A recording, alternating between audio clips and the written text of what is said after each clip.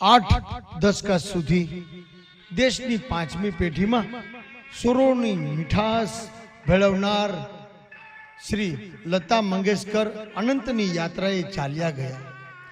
સરસ્વતી પૂજાના આગલા દિવસે જ લતાજી માં સરસ્વતીમાં વિલીન થઈ ગયા। સુરોનો આ હિમાલય પીગળીને નદીઓમાં વહીને સાગરમાં ભળી જશે અને વાદળોનું રૂપ લઈને વરસતો રહેશે। અનંત કાળ સુધી દેશમાં પણ દુનિયામાં પણ સુરોની આ લતા અનંત છે, અનંત જ રહેશે। ઓમ શાંતિ, ઓમ શાંતિ। લાઈક કરો, સબસ્ક્રાઇબ કરો અને શેર કરો કોડીનાર की आवाज YouTube ચેનલ। મિત્રો, લતા દીદીની યાદમાં ઇન્દોરમાં સંગીત એકાડમી તેમજ મ્યુઝિયમ બનાવવામાં આવશે। લતા દીદીની યાદમાં લતા મંગેશકરની સ્મૃતિમાં સરકાર ટપાલ ટિકિટ બહાર પાડશે। રાજ્યસભા અને લોકસભામાં લતાજીને શોકાંજલિ આપવામાં આવી। ભત્રીજાએ લતાજીના અસ્તિત્વ લીધા, હવે વિસર્જન કરાશે। ઓમ શાંતિ, ઓમ શાંતિ। મિત્રો, કોડીનાર की आवाज YouTube ચેનલ સબસ્ક્રાઇબ કરો, શેર કરો અને લાઈક કરો અને લાઈકમાં અવશ્ય ઓમ શાંતિ, ઓમ શાંતિ લખવાનું ભૂલાય નહીં। મિત્રો, જ્યારે જ્યારે કોઈ સરકારી ફંક્શન હોય અથવા 15 ઓગસ્ટ હોય કે 26મી જાન્યુઆરી હોય, પણ એક ગીત સાંભળ્યા વગર ચાલે નહીં, વગાડ્યા વગર ચાલે નહીં। ये गीत छे हे मेरे वतन के लोगों जरा आंख में भर लो पानी। जारे जब देश में थी दिवाली, वो खेल रहे थे होली। बस आ शब्दों सांभळीने दरेकना रुवाड़ा उभा थी जाए अने आंखमां पाणी आवी जाए। मित्रों, लता दीदी क्यारे आपणे भूली शकीए नहीं, कारण के तेमना राष्ट्रीय गीतो होय, फिल्म गीतो होय, गुजराती, बंगाળી અને દરેક ભાષામાં તેઓએ ઉર્દુમાં પણ ગીતો બોલેલા હોય અને અંદાજિત 30,000 થી ઉપર તેઓએ ગીતો ગાયા હોય અને લતા દીદી એના આત્માને શાંતિ આપે। भगवान एक चीज बनाता है और उसमें मतलब हजारों करोड़ों बनते हैं लोग, उसमें एक चीज ऐसी बनाता है भगवान, जैसे वो उसको आशीर्वाद दे के भेजता है कि तेरे जैसा और कोई नहीं होगा। शायद मैं उसमें से हूँ।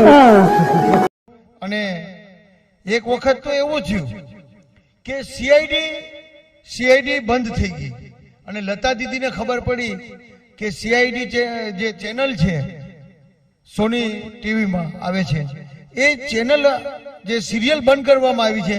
એટલે લતા દીદીએ તમામ લોકોને ખખડાવ્યા અને તમામ લોકોને ઘરે બોલાવી, દયા હોય અને તમામ આખી ટીમને કીધું કે ભાઈ આ ફરી વખત ચાલુ કરો, સીઆઈડી જોવી જરૂરી છે અને એમાં પણ સલાહ સૂચનો આપતા। અને હા મિત્રો, જે ક્રિકેટના ભગવાન કહે છે ને, એ સચિન પણ એને માતા માનતા હતા અને લતા દીદી તેઓને દીકરો માનતા હતા અને તેઓના ગીતો જે આપણે जिंदगी प्यार का गीत है, इसे हर दिल तो गाना पड़ेगा। अजीब दास्ता है, कहां शुरू कहां खत्म। मित्रों, आवा तो अनेक गीतो लता दीदीए गाया छे। આપણે બોલીએ તો આપણે એના શબ્દ ખૂટે। एक प्यार का नगमा है, जिंदगी और कुछ भी नहीं, तेरी मेरी कहानी है। ओम शांति, शांति।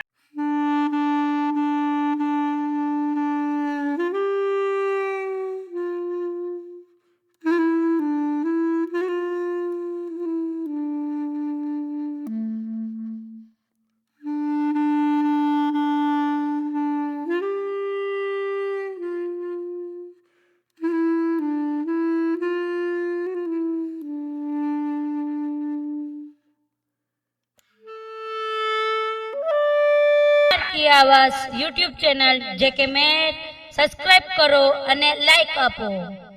नाम गुम जाएगा, चेहरा ये बदल जाएगा, मेरी आवाज ही पहचाने अगर याद रहे. લતા મંગેશકર આ માત્ર એક નામ ન હતું, માત્ર એક વ્યક્તિ પણ ન હતી. પ્લેબેક સિંગર કહી દેવાથી તેમની ઓળખ અધૂરી રહેશે. ભારત રત્ન લતા મંગેશકર દેશના ખરા અર્થના સુર સામ્રાજ્ઞી હતા. લતા દીદી એવા લિવિંગ લેજન્ડ હતા જેમને આપવા માટે હવે દેશ પાસે આમ જુઓ તો કશું જ ન હતું. તેમને પદ્મભૂષણ પદ્મ વિભૂષણ મળ્યાને તો ઘણા દશક વીતી ગયા. ફિલ્મ ક્ષેત્રનો સર્વોચ્ચ દાદા સાહેબ ફાળકે એવોર્ડ પણ ક્યારનોય અપાઈ ચૂક્યો હતો અને દેશનું સર્વોચ્ચ નાગરિક સન્માન ભારત રત્ન આપવાને બરાબર 20 વર્ષ થઈ ચૂક્યા હતા. દેશને સુરીલો વારસ આપનાર આ સુર સામ્રાજ્ઞી આદર્શને સિવાય હવે આપણે કશું આપી શકીએ તેમ નથી. દેશના સૌથી સફળ પ્લેબેક સિંગર તરીકેની તેમની સફર પ્રેરણાત્મક છે.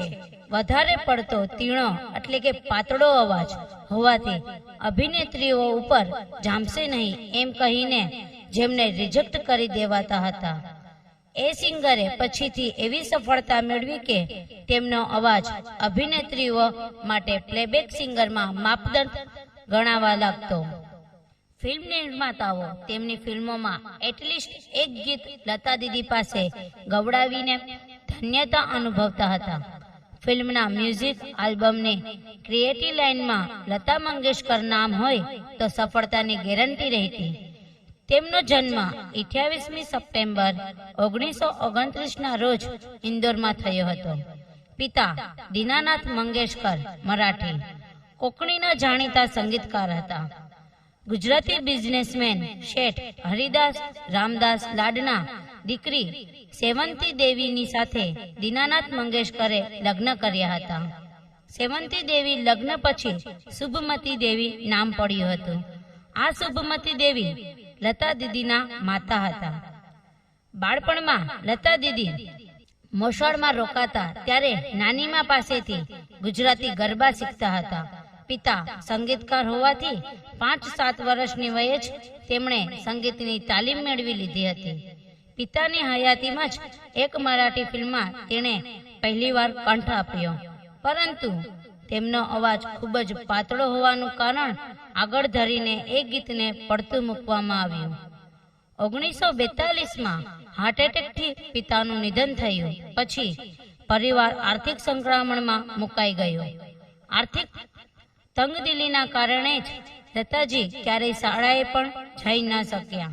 જે સમયે તેમની વયના છોકરાઓ શાળામાં બેસીને ભણતા એ ઉંમરે લતા દીદીએ ફિલ્મ સર્જકોની ઓફિસે કામ મેળવવા ધક્કા ખાવાનું શરૂ કરી દીધું હતું.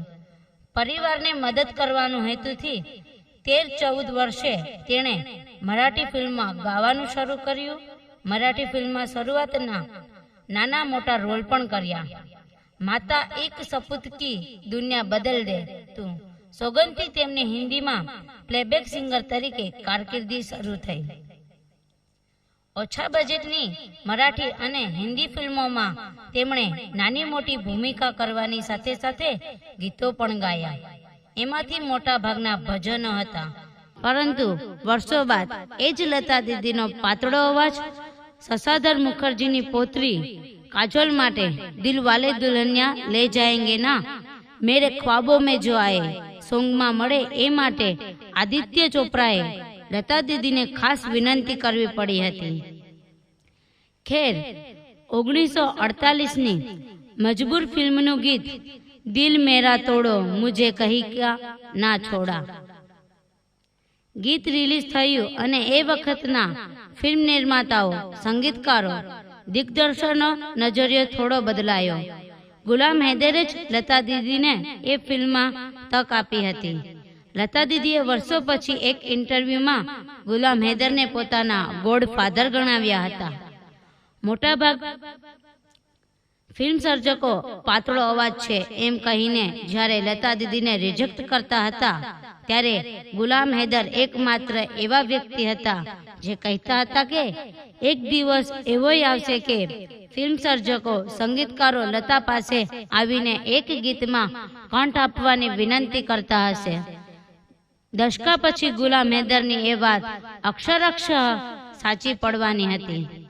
મહેલ ફિલ્મનું આયેગા આને વાલા ગીત લતાજીનું પહેલું હિટ સોંગ બન્યું. એ જમાનાના પોપ્યુલર અભિનેત્રી મધુબાલા ઉપર ફિલ્માયેલા આ ગીતની ચારે બાજુ ચર્ચા થઈ. એ ગીતના રેકોર્ડિંગ વખતે લતા દીદીનું નસીબ એવું પલટ્યું કે દિગ્ગજ સંગીતકારોની લાઈન લાગવા માંડી.